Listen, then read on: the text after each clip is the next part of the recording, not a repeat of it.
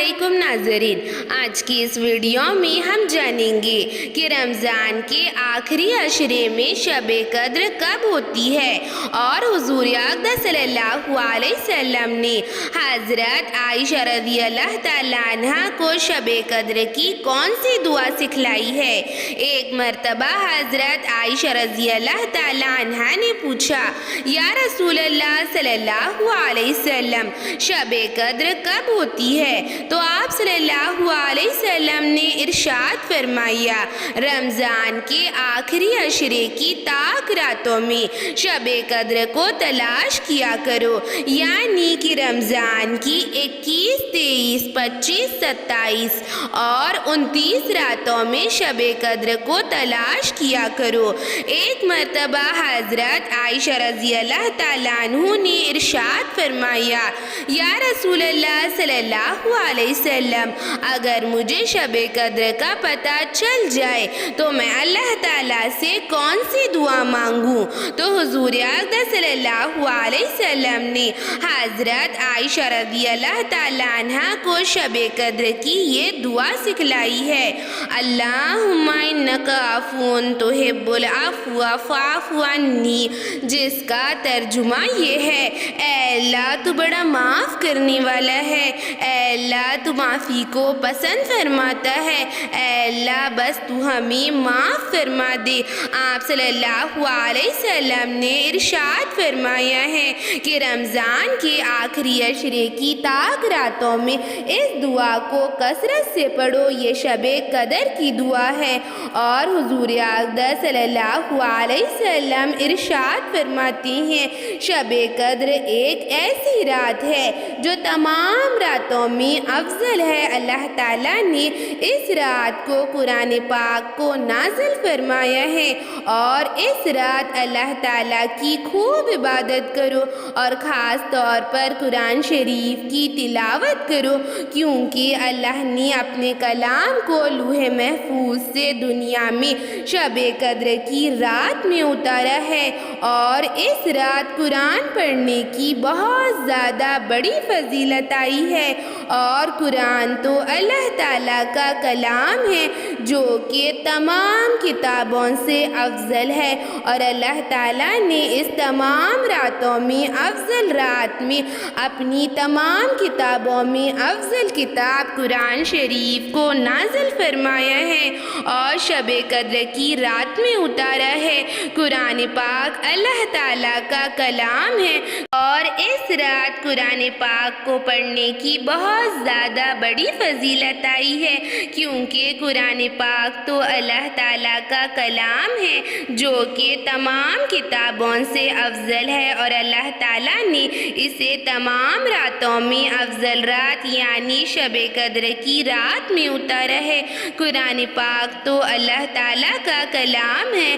اس کا پڑھنا بھی عبادت، اس کا پڑھانا بھی عبادت، اس کا سننا بھی عبادت، اس کا سنانا بھی عبادت، اس کو دیکھنا تک عبادت ہے، اور اس پر عمل کرنا تو سب سے بڑی عبادت ہے۔ تو قرآن پاک کی خاص طور پر تلاوت کرے، اس رات کی اہمیت کو پہچانے، اس رات کی بہت زیادہ بڑی فضیلت آئی ہے۔ آپ صلی اللہ علیہ وسلم نے ارشاد فرمایا ہے کہ رمضان کا آخری عشرہ آگ سے آزادی کا ہوتا ہے، اور حضرت عائشہ رضی اللہ تعالیٰ عنہ ارشاد فرماتی ہیں کہ حضور اقدس صلی اللہ علیہ وسلم اکثر رمضان کے آخری عشرے کی تاک راتوں میں شب قدر کو تلاش کرتے، اور حضور اقدس صلی اللہ علیہ وسلم خاص طور پر رمضان کے آخری عشرے میں اعتکاف کی نیت فرماتے۔ آپ صلی اللہ علیہ وسلم رمضان کے آخری عشرے میں اعتکاف کا معمول بنا لیتے، اور جب تک عید کا چاند نظر نہیں آتا آپ صلی اللہ علیہ وسلم اعتکاف فرماتے۔ آپ صلی اللہ علیہ وسلم کا معمول مبارک تھا کہ آپ صلی اللہ علیہ وسلم رمضان کے آخری 10 دنوں میں اعتکاف کی نیت فرماتے، اور جب تک رمضان کے بعد کا عید کا چاند نظر نہیں آتا آپ صلی اللہ علیہ وسلم اپنا اعتکاف ختم نہیں فرماتے تو رمضان کے آخری عشرے کی تاک راتوں میں اعتکاف کی نیت فرمائیے، کیونکہ اعتکاف کا بہت زیادہ بڑا ثواب ہے۔ حضور اقدس صلی اللہ علیہ وسلم نے ارشاد فرمایا ہے، جو ایک دن کا اعتکاف فرماتا ہے تو اللہ تعالیٰ اس کے اور جہنم کے درمیان 3 خندقیں کھود دیتا ہے، اور ایک خندق کی مسافیت زمین اور آسمان کے درمیان جتنی مناسبت سے بھی زیادہ بڑی ہوتی ہے، اور اعتکاف کی بہت زیادہ فضیلت آئی ہے، اور رمضان میں اعتکاف ضرور فرمائیے، اعتکاف کی نیت فرمائیے، اعتکاف کی بہت زیادہ بڑی فضیلت ہے۔ اور آپ صلی اللہ علیہ وسلم رمضان کے آخری عشرے کی تاک راتوں میں اور آخری 10 دنوں میں اعتکاف ضرور فرماتے، اور اعتکاف کا معمول بنا لیجئے، اور اس رات کی اہمیت کو پہچانیے۔ اس رات اس دعا کو کثرت سے پڑھیے کہ اللہ تعالیٰ تو ہمیں معاف فرما دے، اور اس رات سچی اور پکی توبہ کر لے، اپنے گناہوں کی، اپنی خطاؤں کی، اپنی غلطیوں کی اللہ تعالیٰ کے دربار میں معافی طلب کرے۔ اس رات سچی اور پکی توبہ کر لے، اس مہینے میں اپنی مغفرت اور اپنی بخشش کروا لے، اور اس رات دعائیں خوب قبول ہوتی ہے، تو اپنے لیے، اپنے گھر والوں کے لیے، اس امت مسلمہ کے لیے، اور خاص طور پر فلسطین کے لیے، فلسطین کو اپنی دعاؤں میں ضرور یاد رکھیے، فلسطین کے لیے خاص طور پر دعائیں مانگیے، اور اس رات خوب دعائیں قبول ہوتی ہے۔ حضور اقدس صلی اللہ علیہ وسلم ارشاد فرماتے ہیں کہ جب شب قدر کی رات ہوتی ہے تو حضرت جبرائیل علیہ السلام ایک جماعت کے ساتھ نیچے اترتے ہیں، اور فرشتوں کی جماعت کو حکم دیتے ہیں کہ جو اس رات اللہ تعالیٰ کی بارگاہ میں دعائیں مانگ رہا ہو تو اس کی دعاؤں پر آمین کرو، اور فرشتے صبح تک شب قدر کی رات دعاؤں پر آمین کرتے ہیں، تو شب قدر کی رات اللہ تعالیٰ سے خوب دعائیں مانگے، اور اپنے مرحومین کے لیے خاص طور پر دعائیں مغفرت مانگے، اور ہر طرح کے گناہ سے اپنی حفاظت کیجیے، اپنی نیکیوں میں اضافہ کیجیے، اور اللہ تعالیٰ سے جنت الفردوس مانگے۔ اللہ تعالیٰ ہم سب کی مغفرت فرمائے، اللہ تعالیٰ ہمارے حال پر رحم فرمائے، اللہ تعالیٰ ہم سب کی مغفرت